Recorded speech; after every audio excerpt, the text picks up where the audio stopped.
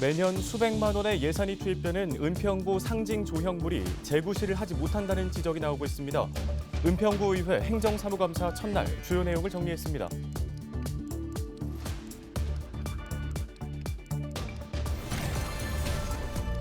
가을이 오나 했는데 겨울인가 싶은 반짝 추위가 찾아왔습니다. 서울에서는 첫 얼음이 관측되기도 했는데요. 올겨울 날씨 전망해 보겠습니다.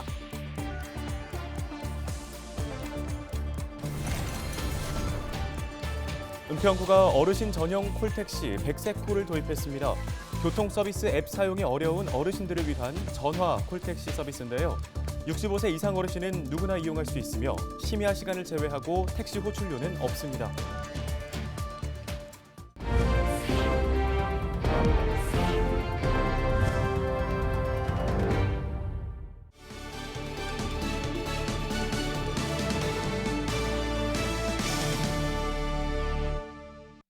네, 여러분 안녕하십니까? 헬로티비 뉴스입니다. 첫 소식입니다. 은평구의회가 은평구와 산하기관을 대상으로 행정사무감사를 진행 중입니다. 지난주에는 상임위원회별로 개별 감사와 현지 확인이 있었고 어제부터는 관계 공무원에 대한 질의 답변을 이어가고 있습니다.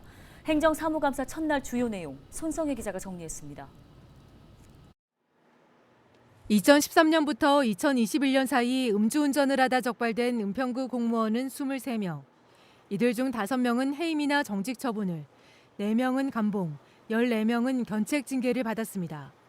구의회는 음주운전 공무원 대부분이 경징계 처분을 받았다며 재발 방지를 위해 내부 징계 기준을 강화해야 한다고 주문했습니다. 음주권 같은 경우에 지금 이렇게 되었을 때는 강하게 감사에서도 자체적으로 엄하게 한다는 것을 어떤 표본을 만들어 놔야만이 이런 일이 발생이 되지 않겠나라는 생각을 하는데, 특히 이제 저희가 공금 행유형, 금품 향응 수수, 음주운전, 성폭력 범죄에 대해서는 엄중 문책하고 있습니다. 공무원 초과 근무 수당 부정수령, 공금 계좌의 부실한 관리에 대한 질타도 이어졌습니다. 지난해 10월 은평구 자체 감사에서 적발된 공무원 초과 근무 수당과 출장협의 지급정산 부적정 사례는 200건을 넘었습니다. 초과 근무수당 출장협의 감사 결과를 보니까요, 그 신분상 조치 내역도 있어요.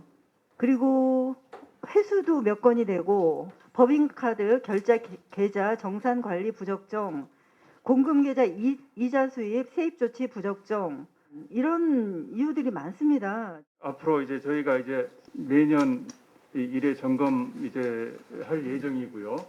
이제 그때는 이제 더욱 더 철저히 해서 그때도 문제가 있을 시에는 저희가 엄중 조치하도록 이렇게 하겠습니다.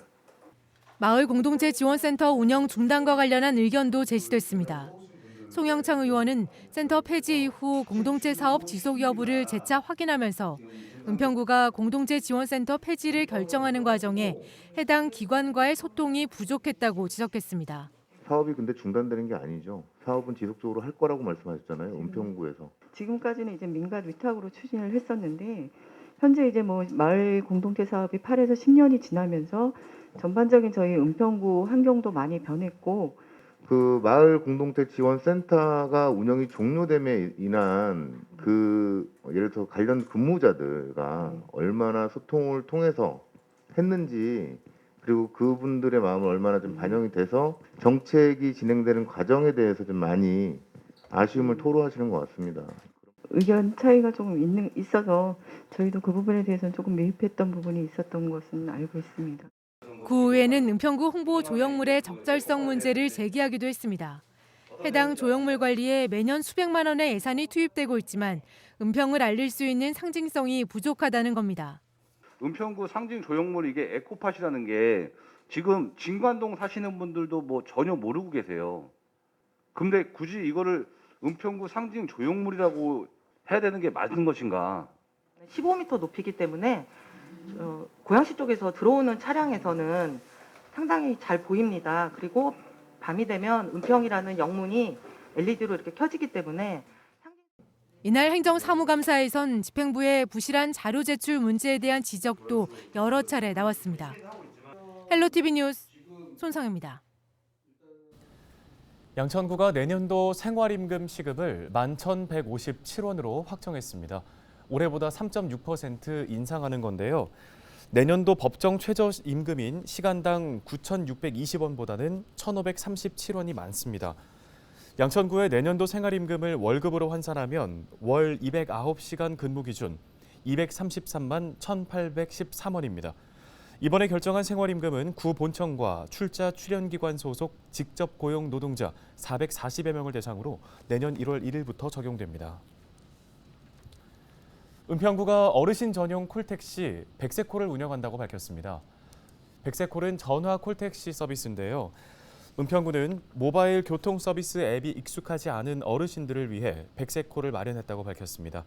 65세 이상 어르신은 누구나 이용할 수 있으며 이용 방법은 02-2665-5500으로 전화하면 됩니다. 심야를 제외하고 택시 호출료는 없습니다. 서울시가 고독사를 막기 위해 복지 사각지대에 놓인 1인 가구에 대한 실태 조사에 나섭니다. 이번 조사는 25개 자치구와 함께 연말까지 실시되며 공무원이 직접 개별 가구를 방문하는 방식으로 진행됩니다. 조사 결과 위험 가구로 판단되면 생계비와 돌봄 서비스가 지원됩니다.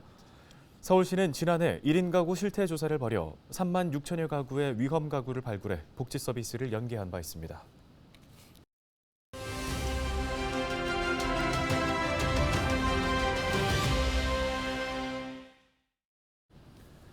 서울에서 첫 얼음이 관측됐습니다. 예년보다 보름 빠른 수준이라고 하는데요. 갑작스러운 추위가 언제까지 이어질지 또 이번 겨울은 얼마나 추울지 알아보겠습니다. 네, 맹소영 기상 칼럼니스트 전화 연결돼 있습니다.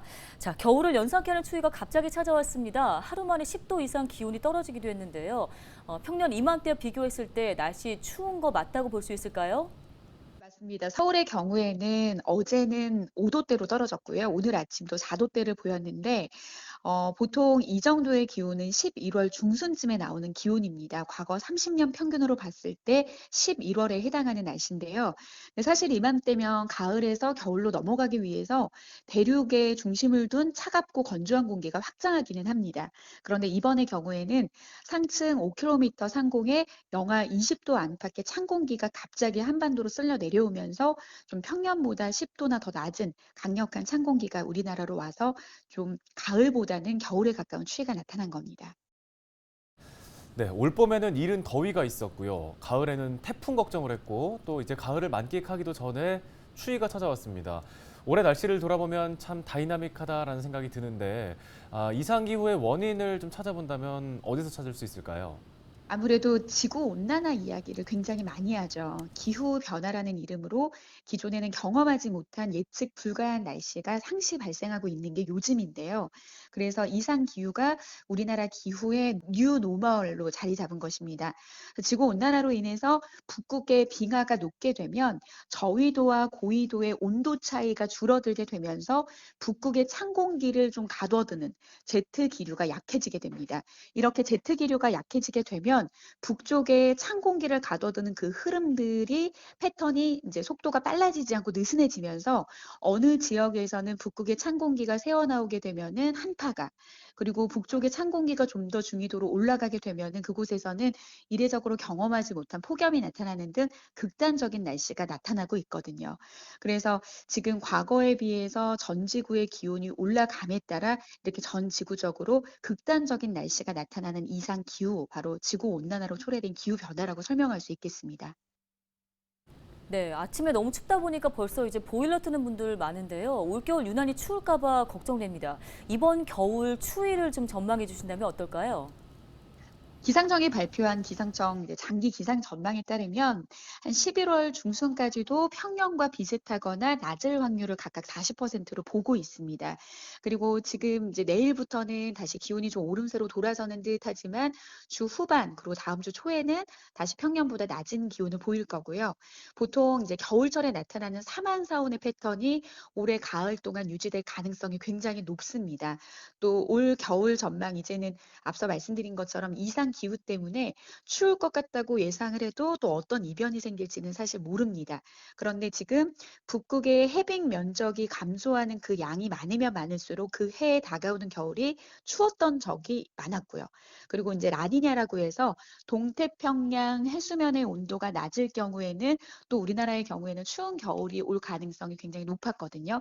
근데 올해 같은 경우에는 북극의 해빙 면적이 감소하고 있는 추세고 라니냐도 계속해서 이어지고 있는 추세이기 때문에 이런 패턴대로라고 하면 올 겨울도 좀 이른 가을의 추위가 찾아온 것처럼 추울 가능성이 좀 높습니다. 근데 무엇보다도 변동 가능성이 열려 있는 그런 뉴 노멀 시대를 맞았기 때문에 좀 예보를 계속해서 꼼꼼하게 참고를 하셔야 될 것 같습니다. 네, 알겠습니다. 관련 도움 말씀 여기까지 듣겠습니다. 맹소영 날씨 칼럼니스트였습니다.